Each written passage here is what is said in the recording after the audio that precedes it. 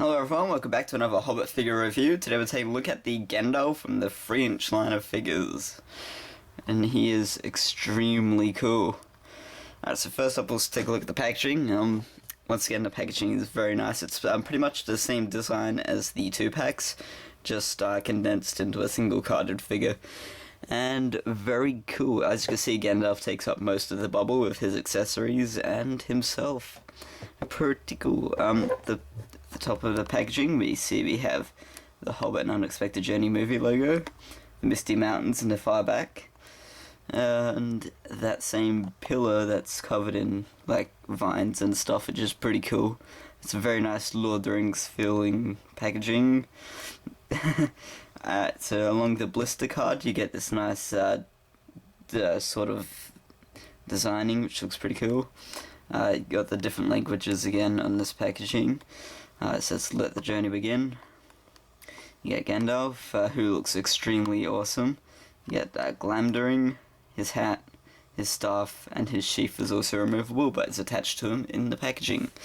Over here you get a picture of Gandalf from the movie, and then Gandalf the Grey with 2 other languages that says his name.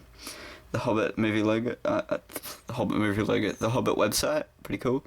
Nice detailing on this brown bit. You get like nice little border designs. Pretty cool. Whoops, side of the packaging, pretty cool. So the back of the packaging, very cool. Get nice little elven designs up here, which is more like little floral things. The Hobbit movie logo. Gandalf the Grey, just English, with this nice little scenic background. His bio is the first paragraph in English. Oh no, that's not his bio, that's the description of the movie. And down here, the first paragraph is his bio, so if you want, you can pause and read. I get a image of the prototype figure, which looks pretty much the exact same as the figure that we received, which is pretty cool. The same movie picture of him, and also available you get Bilbo, Thorin, Grinner, and Legolas. You get the barcode and companies. Pretty cool, and just the bottom is a bunch of writing. Pretty cool. Really happy with this Gandalf figure. So let's take a look at see what the figure looks like outside of the packaging. Alright, so out of the packaging you can see Gandalf is pretty cool. You can get him in nice poses with the sword and his staff and the hat. And I will say this, the accessories fit on his hands and his hat fits on his head extremely well. I've seen a review where someone said that he doesn't grip the accessories very good and the hat's very loose. Whoops. And the hat's very loose and stuff like that. Whoa. I just lost control of the camera. Oops, sorry about that, guys. Yeah, and he said that he doesn't have a really good grip on any of the accessories and stuff. Mine has a very good grip on accessories. It's tight, it won't come out in a hurry. The staff's on there tight. His hat is on there tight. I'm banging on it and it's not falling off. So, tipping it upside down, not falling off. You just have to, with the hat, you just have to find the sweet spot and it will stay there. But very cool nonetheless. So he has Glamdring, which is a nice nice silver sword with a blue around the handle. His staff is a nice brown plastic. The sword and the staff is pliable, so it will warp if you bend it and whatnot, or keep it like in a bent position too long. But it by itself it won't warp too much. I mean, mine's pretty straight, and I've had it for like 2 days now. So yeah, the warping isn't an issue unless you're like bending it and holding it there.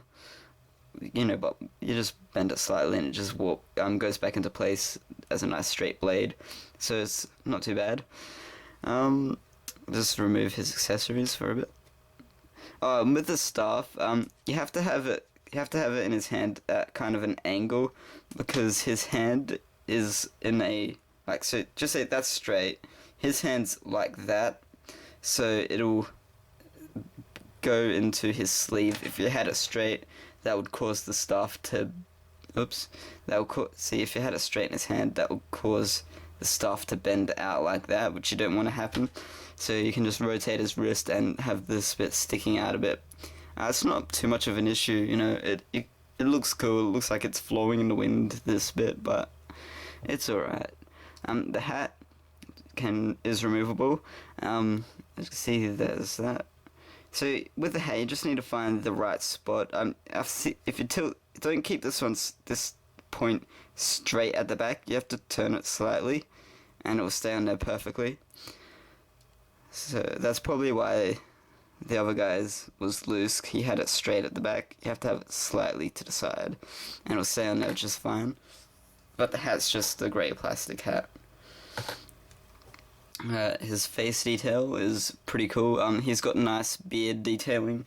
There's a nice wash in there to really bring out the highlights and details. His clothing overall has got this really nice clothing design. It's got like little fabric detailing, like what the stitching would look like on the actual clothing, which is pretty cool. And he's got this nice light grey, almost white highlights on him, which is really cool. It just really makes the figure stand out that much more. He's got a nice blue sheath for glamouring with silver detailing. He's got a scarf. And yeah, he's pretty cool. He's a pretty awesome Gandalf. His sword can be stored in the sheath, just like so. It's got a nice tight fit, which is pretty cool. So yeah, that's pretty much a detailing for him. So I'll go over articulation now. His head is on a ball joint, but it can go only left to right because of the beard is a stiff plastic, so you're not going to get too much movement, but you can get left to right, which, you know, is fine by me. I mean, you wouldn't want his head to turn all the way around. Left to right's fine. It's a realistic movement. His arms go out about that far and down, bend at the elbow, and rotate, and also go in and out at the elbow, rotate at the wrist. He's got swivel waist, and he has got ball jointed legs and hinged knees, but you can't really use that articulation because this tunic robe thing is a hard plastic, so you can't really get any articulation out of the legs. You can you can twist them, but that's the only movement you're going to get out of the legs. But, you know, overall, this Gandalf is pretty sweet. I absolutely love him. He's got a nice detailed face. I hope the one that does come in the 2-pack with Bolg is battle damaged, so, you know, I have a different Gandalf on the shelf. But if not, it's all good. I can display one with the hat and one without the hat. But pretty nice. The detail on him is just absolutely fantastic. I highly recommend Gandalf. Okay, so for size comparison, here you can see him next to Grinner the Goblin, Bilbo Baggins, and Philly the Dwarf. Gandalf is the tallest, and he is the 3.75 inch. He is that full height. Pretty cool. He is the tallest figure that's come out so far from the 3-inch line, so pretty sweet. I love the scale. I think the scale is brilliant. Grinner is pretty big for a goblin, but, you know, it's all good. I love it. Yeah, just awesome figures overall. If you see these, man, just definitely you have to pick them up. They're really just something really special and just absolutely amazing. Highly recommend the Hobbit figures, and until next time, tell me what you want me to review next. If not, I'll choose one. So see you next time. Bye.